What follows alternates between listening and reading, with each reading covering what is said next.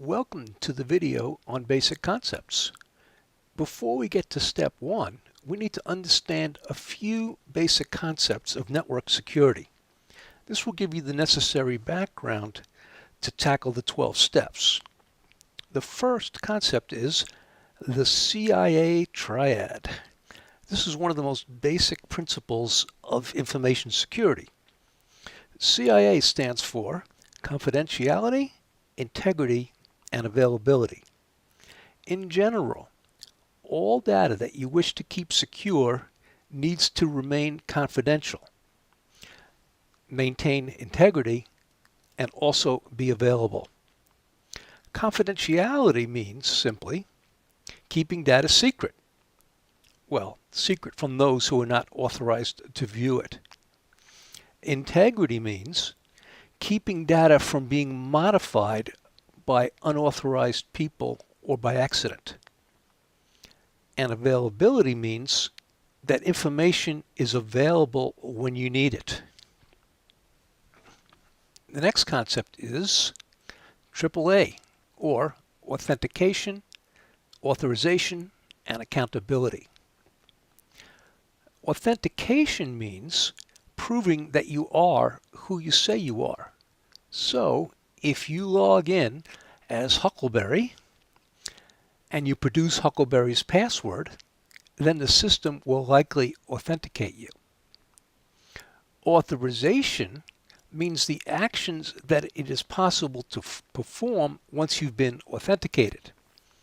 Usually this defines what files you can read, write, or modify. And the third concept is accountability. This holds users accountable for their actions on the system.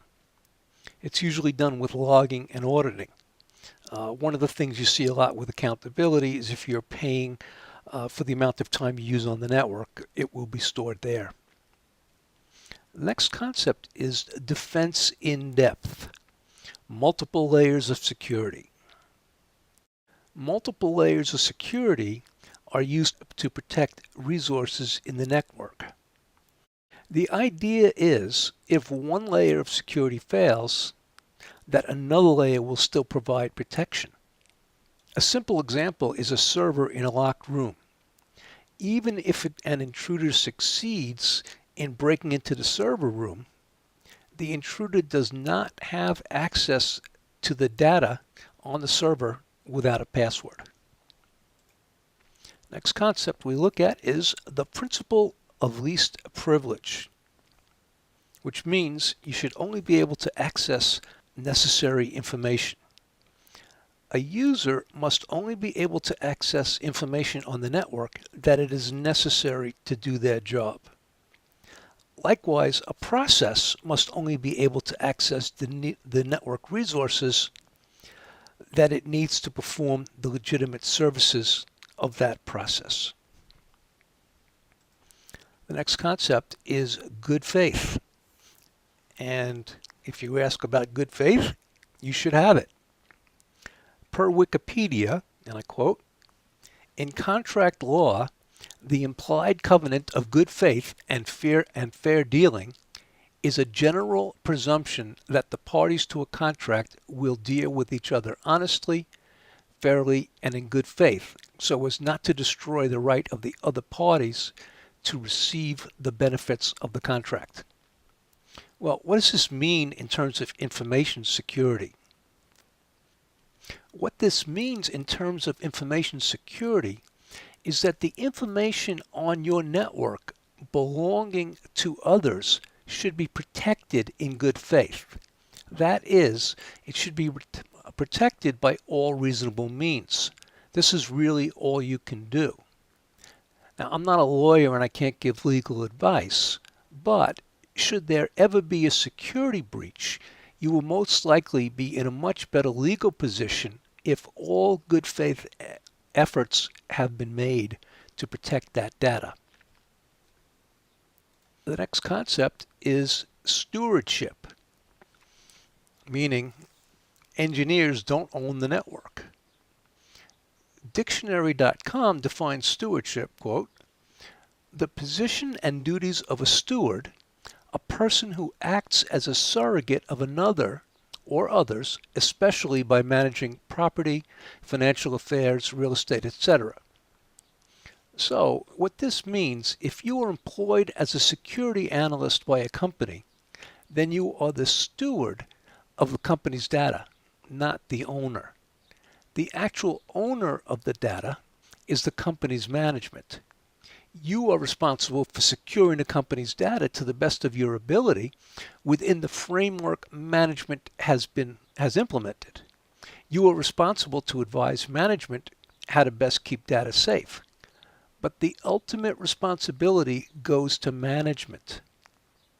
Management that does not heed reasonable advice of the security analyst may be guilty of not acting in good faith. The next concept is the OSI reference model. If you have not seen the OSI reference model, I recommend you go to Wikipedia or some other site and take a look at it. This is extremely important to understand, but it's really too basic to go over in this course. Everyone needs to memorize this for all kinds of tests like the basic Cisco test or whatever, but it is something that is much more useful than just the fact that you have to memorize it in tests. And that is that each layer, if you figure on a particular security area, if you understand the layer where that falls into, it will help you to understand overall things much better. And the last concept we will look at is hackers and black hats. The word hacker can be a misunderstood term, so we will avoid it in this course. We will use the term black hat to refer to people that break into or compromise, or at least attempt to, a network not belonging to them with malicious intent. Such malicious intent may include financial gain or political agenda.